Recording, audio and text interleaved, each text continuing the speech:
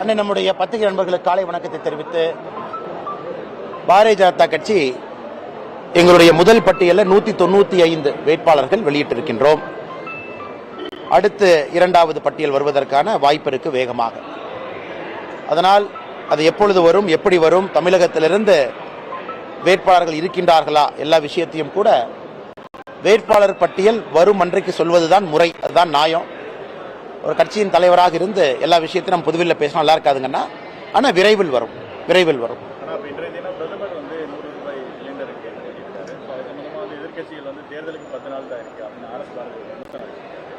இந்த ஆர்எஸ் பாரதி திமுக காரங்களுக்கெல்லாம் selective amnesia அப்படின்னு ஒரு வியாதி. அப்படின்னா என்னன்னு, செலக்டிவ் அம்னீஷியா நேத்து என்ன பேசினாங்கிறது இன்னைக்கு மறந்துடுவாங்க. அதனால மு.க. ஸ்டாலின் அவர்களுக்கு செலக்டிவ் அம்னீஷியா இருக்கிறனால அதை ஞாபகப்படுத்த விரும்புறேன். அண்ணே, இந்த 2021 திமுக தேர்தல் அறிக்கைன்னு ஒன்று கொடுத்தாங்க, இந்த 511 பேப்பர், அதை பட்டு குப்பத்தொழில் தூக்கி போட்டாங்க. ஒருவேளை செலக்டிவ் அம்னீஷியா இல்லாம அப்படி தொடர்ந்து படிச்சாங்கன்னா, இந்த எரிவாயு சிலிண்டருக்கு 100 ரூபாய் மானியம் ஒரு வார்த்தை இருக்கும். அதாவது சொல்லி 33 மாசம் ஆச்சு. எரிவாயு சிலிண்டருக்கு 100 ரூபாய் மானியம் என்று திராவிட முன்னேற்ற கழகம் சொல்லி ஆட்சிக்கு வந்து 33 மாசம் ஆச்சு. அதை பத்தி ஒன்னையும் காணாம். ஆனா தேர்தல் வாக்குறுதி எதுவும் கொடுக்காம இன்னைக்கு நாம மோடி அவர்கள் சிலிண்டருக்கு, மோடி சிலிண்டர் யார் இருக்காங்களோ 400 ரூபாய் மானியம், மோடி சிலிண்டர் இல்லாதவர்களுக்கு 300 ரூபாய் மானியம், இதை நாம கொடுக்கிறோம். அதனால எங்கள் மீது குற்றம் சாட்டுவதற்கு முன்பு திமுகவினுடைய அறிவாலயத்தில் அவர்கள் குப்பை தொட்டியில தூக்கி போட்ட திமுகவினுடைய தேர்தல் அறிக்கை எடுத்து திருப்பி படிக்கட்டும். அதுல 100 ரூபாய் மானியம் கொடுப்பேன்னு சொல்லி இருக்கிறாங்க. அதை பத்தி அவங்க முதல்ல பேசிட்டுக்கலாம். இன்னைக்கு மோடி ஐயா கொடுத்திருக்கிறாங்க, நம்முடைய சகோதரிகள் தாய்மார்கள் எல்லோருக்கும் கொடுத்திருக்காங்க. அதை உங்களால பாராட்ட முடியல, வரவேற்க முடியலன்னா கூட பரவாயில்ல. திமுக நீங்க கொடுத்ததை செய்யுங்கன்னு தான் நாங்க சொல்றோம்.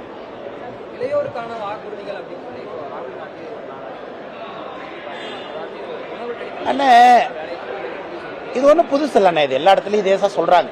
இது வந்து ஒரு தேர்தல் அப்ப ராகுல் காந்தி சொல்றாங்க. இன்னைக்கு ராகுல் காந்தி அவர்கள் ஒரு விஷயத்தை புரிஞ்சுக்கணும். கடந்த 500 நாட்கள்ல மோடி அவர்கள் மத்திய அரசுல 1 மில்லியன் 10 லட்சம் வேலை வாய்ப்பை உருவாக்கி இருக்கிறோம். 10 லட்சம் வேலை வாய்ப்பு 500 நாட்கள்ல 1 மில்லியன் ஜாப் நம்ம உருவாக்குறோம்னு சொன்னோம், செஞ்சிருக்கோம். இன்னைக்கு இவர்கள் ஆளுகின்ற மாநிலத்தை பார்க்கட்டும், கர்நாடகா ஆளுகின்ற மாநிலம் எவ்வளவு வேகன்சி இருக்கு, ஏன் அவங்க செய்யாம இருக்காங்க? இவங்க ஆளக்கூடிய இமாச்சல பிரதேசம் எவ்வளவு பிரச்சனை இருக்கு, இதே அரசு வேலை எவ்வளவு பிரச்சனை, இதெல்லாம் சொல்லித்தான் வந்தாங்க, எதுவுமே செய்யலையே. இவர்கள் ஆளுகின்ற மாநிலத்தில் என்ன வேலையெல்லாம் செய்வோம். ஆனா ஒரு பக்கம் ராகுல் காந்தி அவர்களுடைய திட்டம் பார்த்தீங்கன்னா, இளைஞர்கள் வேலை வாய்ப்பு இல்லாம இருக்கணும். நீ வேலை வாய்ப்பு இல்லாம இருந்தா 1 லட்சம் ரூபாய் வருஷத்துக்கு ஸ்டைஃபண்டு. அப்புறம் ஹிமாச்சல் பிரதேஷ், தெலங்கானா போன்ற மாநிலத்தில், கர்நாடகா யுவன் நிதி கொடுக்கிறோம். இன்னொரு பக்கம் நாங்கள் வேலை வாய்ப்பை உருவாக்குறோம். ஒன்று, அவர்களை தொழிலதிபர் ஆக்குவது மூலமாக உருவாகக்கூடிய வேலை வாய்ப்பு, இல்லாட்டி இரண்டாவது 500 நாட்கள்ல நாம் உருவாக்கி இருக்கக்கூடிய 10 லட்சம் வேலை வாய்ப்பு. அதனால் மக்கள் பார்த்து கொண்டிருக்கின்றார்கள். எல்லோருக்கும் தெரியும், இது காங்கிரஸ் கட்சியினுடைய கடைசி தேர்தல். 2024 என்னவெல்லாம் பொய் சொல்ல முடியுமோ சொல்வதற்கு காங்கிரஸ் கட்சி தயாராக இருக்கின்றார்கள். அதிலே மற்றும் ஒரு பொய்யாக திரு ராகுல் காந்தி அவர்கள் நேற்று சொன்ன அந்த 4 பொய்களையும் பார்க்கிறோம்.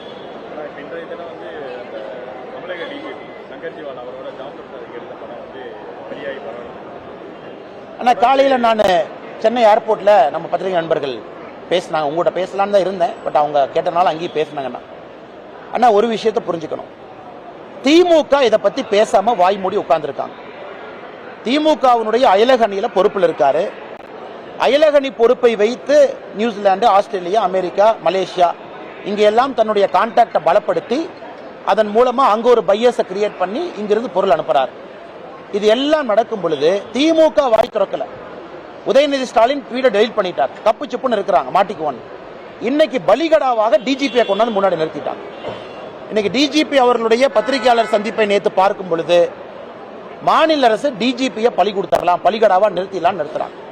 ஆனா டிஜிபி ஏன் போட்டோ எடுத்தன்னு எக்ஸ்பிளனேஷன் கொடுக்கறதுக்கு முன்னாடி முதலமைச்சர் எக்ஸ்பிளனேஷன் கொடுக்கணும், ஏன் போட்டோ எடுத்தேன்.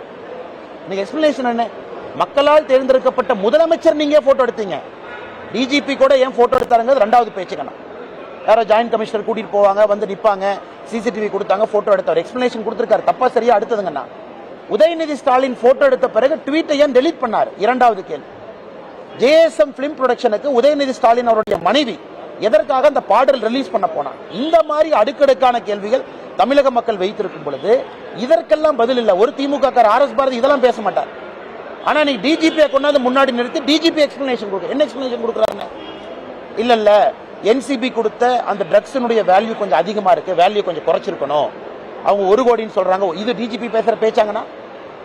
தமிழ்நாட்டில் பள்ளி கல்வி நடத்தக்கூடிய கல்லூரி, பள்ளி கல்வி கல்லூரி எல்லா இடத்துலையும் அந்தந்த அமைச்சரவை மூலமாக அமைச்சகம் மூலமாக என்ன வேலை செஞ்சிருக்கீங்க? ரோட்டரி கிளப், லைன்ஸ் கிளப் எல்லாம் பயன்படுத்திருக்கீங்களா? ட்ரக் அவேர்னஸ் எப்படி நடத்துறீங்க?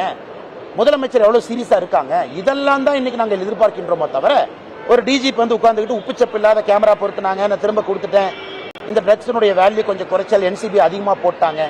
அதனால் டிஜிபி அவர்களை பலிகடா கொடுப்பதற்கு மாநில அரசு தயாராக இருப்பது மட்டும்தான் டிஜிபி அவருடைய பத்திரிகையாளர் சந்திப்பில் தெரியுதுண்ணே. பாருங்கண்ணே, வரும்போது சொல்றோங்கண்ணே, எல்லாம் உங்களுக்கு என்ன தேர்தல் இருக்கு, மாடல் கோட் ஆஃப் கண்டக்டுக்கு நேரம் இருக்கு, எல்லா கட்சிகளுக்கும் ஒரு நிபந்தனை இருக்கு, ஒரு டிமாண்ட் இருக்கு, எல்லா கட்சிகளும் சேர்ந்து நான் சொல்றேன். அதற்காக ஒரு குழு போட்டிருக்கோம். அதில் அண்ணன் முருகன் அவர்கள், அக்கா வானதி அவர்கள், எச்ராஜா அண்ணன், பொன்னார் அண்ணன் எல்லாம் இருக்கிறாங்க, எல்லாம் பேசி கொண்டிருக்கின்றார்கள். சரியான நேரத்தில் உங்கள்கிட்ட சொல்றேன். ஆனால் அங்கே போயிட்டு வந்துடுறாருங்க.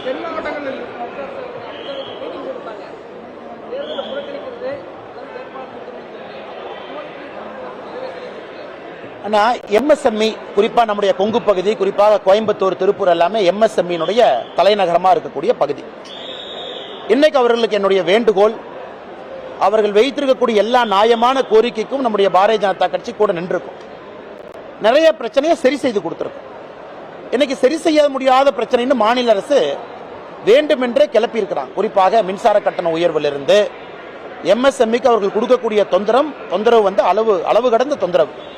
அவர்களுக்கு வேண்டுகோள், நீங்க எலெக்ஷன் நின்று தனியா நீங்க பண்றதை விட எந்த கட்சி உங்க ப்ராப்ளத்தை சால்வ் பண்ணுமோ அவங்களோட நில்லுங்க. இன்னைக்கு MSME எல்லா பிரச்சனையும் தீர்க்கக்கூடிய சக்தி மத்திய அரசுக்கு இருக்கு, தீர்க்கிறோம். மாநில அரசு சண்டை போட்டு ஜனநாயக முறையில் தீர்த்து கொண்டிருக்கின்றோம். அதனால் MSME கூட்டமைப்புக்கு அன்பான வேண்டுகோள், பாரதிய ஜனதா கட்சியோடு நெல்லுங்கள், எங்களுடைய வேட்பாளரை வெற்றி பெற வைங்க. உங்களுடைய குரலாக டெல்லியில் ஒரு குரல் இருக்கட்டும். MSME பிரச்சனை டெல்லியில் யாருன்னு பேசுறது? திருப்பூர், கோயம்புத்தூர், ஈரோடு, பொள்ளாச்சி, இந்த எல்லா பகுதியினுடைய, நீலகிரி எல்லா பகுதியினுடைய பாராளுமன்ற உறுப்பினர் அவர்கள் குரலாக டெல்லியில் இருக்கணும். அப்பதான் இவர்கள் பிரச்சனைக்கெல்லாம் நிரந்தர தீர்ப்பு. கம்யூனிஸ்ட் வச்சு என்ன பேசுவாங்க அவங்க? அல்ல திமுக என்ன பேசுவாங்க? ஆட்சியில் மறுபடியும் 400 MPக்களை தாண்டி வரப்போறது பாரதிய ஜனதா கட்சி. MSME சகோதர சகோதரிகளுக்கு அன்பார்ந்த வேண்டுகோள், உங்கள் குரலாக பாரதிய ஜனதா கட்சி இருக்கும். அதனால உங்கள் கோரிக்கையை கொடுங்க, மேனிபெஸ்டோல சிலதை கொண்டு வர்றோம், எங்களால் முடிந்த அளவுக்கு தீர்த்திருக்கின்றோம், எங்களுடைய வேட்பாளருக்கு அரசியல் அதிகாரம் கொடுங்க, நாங்க சரி பண்ணி கொடுக்கிறோம்.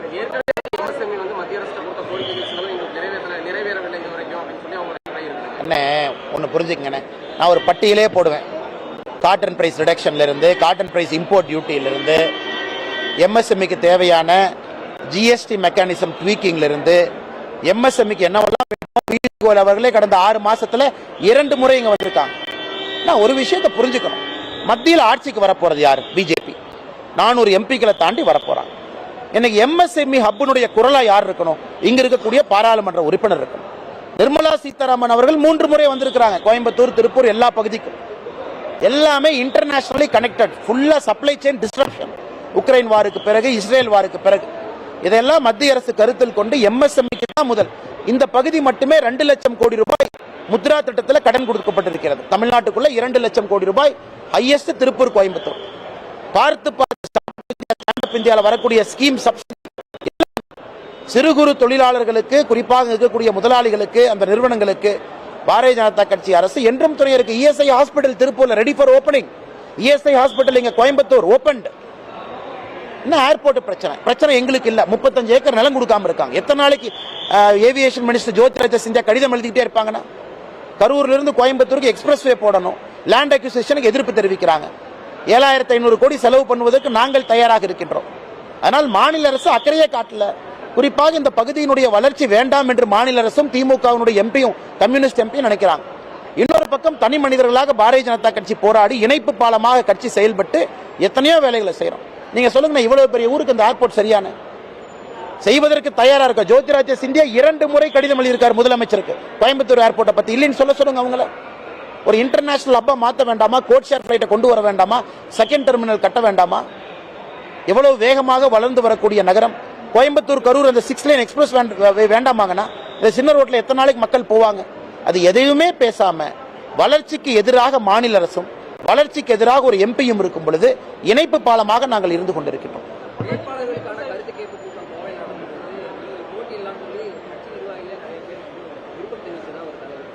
கட்சி நிர்வாகிகள் கட்சி நிர்வாகிகள் எல்லா இடத்துலயும் விருப்பம் தெரிவிக்கிறாங்க, எல்லா இடத்துலயும் அன்பை சொல்றாங்க வாங்கன்னு. பட் ஒரு மாநில தலைவராக நமக்கு பல கடமைகள் இருக்குண்ணே. ஒரு பக்கம் கட்சி தொண்டர்கள் நிர்வாகிகளுடைய அன்பான குரலுக்கு நாம் செவி கொடுக்க வேண்டும் என்றாலும் கூட எனக்கு இன்னைக்கு கொடுக்கப்பட்டிருக்கக்கூடிய பொறுப்பு நான் ஒரு வருஷமா சொல்றேன், நிறைய பொறுப்புகள் இருக்கு. தலைவராக செய்யணும், சுற்றுப்பயணம் பண்ணணும், டிராவல் பண்ணணும், எலெக்ஷன் கோஆர்டினேட் பண்ணணும். அதனால் இது அனைத்துமே தேசிய தலைமைக்கு தெரியும். நான் ஏற்கனவே சொல்லியிருக்கேன், மோடி அவர்களுடைய குரலுக்கும் நம்முடைய தேசிய தலைவர் குரலுக்கும் செவிமடுக்க வேண்டிய கடமை ஒரு தொண்டனுக்கும் இருக்கு. அவர்களுக்கு எல்லா விஷயத்தையும் தெளிவுபடுத்தி இருக்கின்றோம். மாநில தலைவராக எனக்கு இருக்கக்கூடிய சங்கடங்கள், அதே நேரத்தில் வேலைப்பளு, அதே நேரத்தில் தொண்டர்களுடைய எண்ணம், இதையெல்லாம் தாண்டி நம்முடைய தேசிய தலைமை என்ன முடிவெடுக்கிறாங்களோ கட்டுப்படுவதாக நானும் சொல்லியிருக்கின்றேன், கட்சியினுடைய தலைவர்கள் எல்லாம் சொல்லியிருக்கின்றோம்.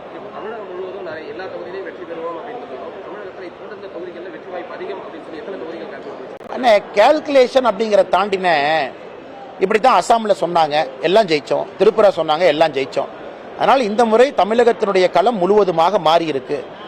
ஆனால் நீங்க நினைக்கிற மாதிரி வீக் சீட்டு ஸ்ட்ராங் சீட் எதுவுமே இல்லைங்கண்ணா. நீங்க பாருங்க, மிகப்பெரிய அளவில் அந்த யாத்திரையிலே பார்த்தோம், மிகப்பெரிய அளவில் களம் மாறி இருக்கிறது. 2024 பாராளுமன்ற தேர்தல் அதற்கு ஒரு என்ன சொல்றதுன்னு ஒரு ப்ரூஃபா இருக்கும். ஏன்னா நம்ம சொல்லுவோம் ஒரு பானை சோறுக்கு ஒரு சோறு பதம் என்பது போல 2024 பாராளுமன்ற தேர்தல் ரிசல்ட் பாருங்க, பாரதிய ஜனதா கட்சியினுடைய வளர்ச்சி அபிரிதமாக எல்லா இடத்துலயும் இருக்கு.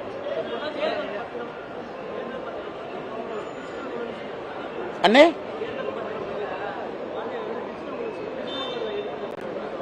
யார் எதிர்கட்சிகள் சொல்றாங்களா? அண்ணே, தமிழ்நாட்டில் இருக்கக்கூடிய திமுக தன்னுடைய 90% பணம் வந்ததே எலக்ட்ரல் பாண்ட் மூலமா. இந்தியாவில் ஒரு ரீஜனல் கட்சியில மிக அதிகமாக பணம் வந்திருப்பது திராவிட முன்னேற்ற கழகத்துக்கு எலக்ட்ரல் பாண்ட் மூலமா.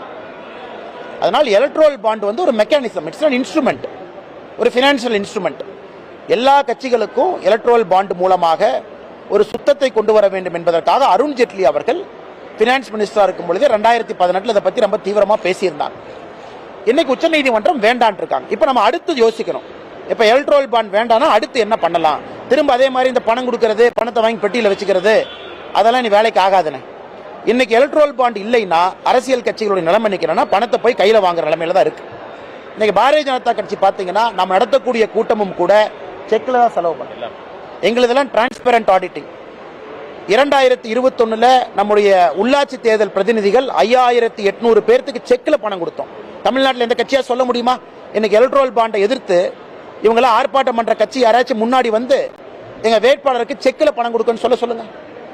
2021 சட்டமன்ற வேட்பாளர்கள் 20 பேருக்கு செக்ல பணம் கொடுத்தோம். 2024 பாராளுமன்ற வேட்பாளருக்கு செக்ல தான் பணம் கொடுப்போம். அது பாரதிய ஜனதா கட்சியினுடைய சித்தாந்தம். we are very open about our partyங்கனா, very clear. 5800 வேட்பாளர்களுக்கு செக்ல கொடுத்திருக்கோம். வேற எந்த கட்சியா சொல்லுங்க. எல்லா பொதுக்கூட்டமும் செக்ல கொடுக்கிறோம். ஏன்னா எலக்ட்ரல் பாண்ட்ல பணம் வருது, அக்கவுண்டட், ஆடிட்டட். நாங்க திரும்ப செக்ல கொடுக்கிறோம். Everything is accounted and audited. இன்னைக்கு எஸ்பிஐ உச்சநீதிமன்றத்தில் என்ன சொல்லியிருக்காங்கன்னா, எஸ்பிஐ உச்சநீதிமன்றத்தில் மார்ச் 8ஆம் தேதிக்குள்ள இந்த டேட்டாவை கொடுங்கன்னு உச்சநீதிமன்றம் கேட்டிருக்காங்க. மார்ச் 6ஆம் தேதி எஸ்பிஐ சொல்றாங்க 22,217 பாண்டு வித்திருக்கும். 22,217 பாண்டு 2019 இருந்து. இந்த ஒரு பாண்டுக்கும் 2 என்ட்ரி, அப்படின்னா 44,534 என்ட்ரி இருக்கு.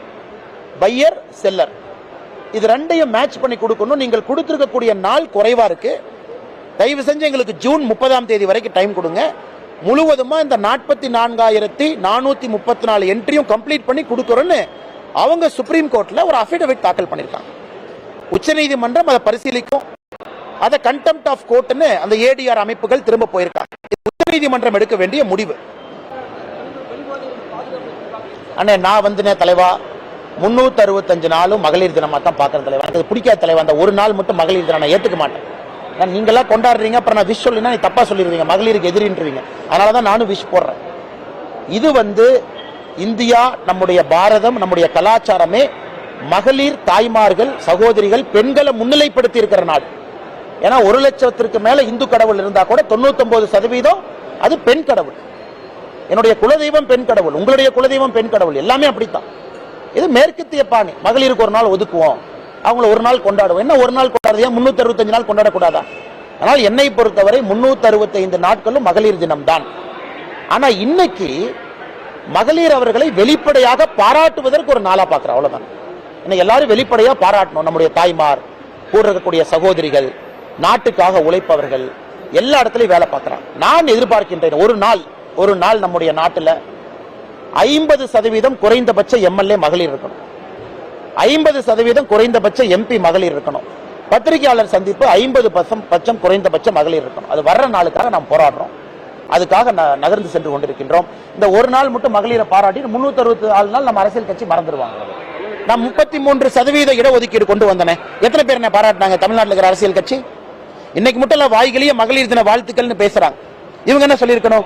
நாங்க ஆட்சிக்கு வந்து 50% கொண்டு வருவோம். அது ஒரு பேச்சு, அதுக்கு பதில் கருத்து இருக்கு, பதில் பேச்சு இருக்கு, பேசலாம். அது எதுவுமே பேச மாட்டாங்க. ஆனா அந்த ஒரு நாள் மட்டும் மகளிரை பாதுகாக்கிறாங்க. ஏன் 365 நாள் இதை பத்தி நாம ஏன் மகளிரை கொண்டாட மாட்டோம் அப்படிங்கறதா என் கேள்விங்க. இது அப்படியானா தெரியல. கவர்னர் ஐயா இதே விமானத்தில் வந்தார். அவர் சீட்டு 1, நான் சீட்டு 26. தயவு செஞ்சு அதை முடிச்சு போட்டுறாதீங்க. தலைமை தேர்தல் அதிகாரி வேற ஏதோ சீட்டு நாளா பார்க்கலன்னு தலைவா, நான் சீட்டு 26 தலைவா, கடைசி சீட்டு. அதனாலதான் கடைசியா வந்து இந்த பிரச்சனையே வேண்டாம் தான் பிளைட்ல கடைசி சீட் எடுத்து உட்காந்துக்க. எமர்ஜென்சி எக்ஸிட் பக்கத்தில் உட்கார்ந்தாலும் பிரச்சனை பண்றீங்க. முன்னறிக்கையில் உட்காந்து யாராச்சும் விஐபி பக்கத்தில் போட்டோ எடுத்து போட்டுறாங்க. பேசாம கடைசி சீட்ல உட்காந்து வருவோம். நமக்கு எதுக்கு பிரச்சனை?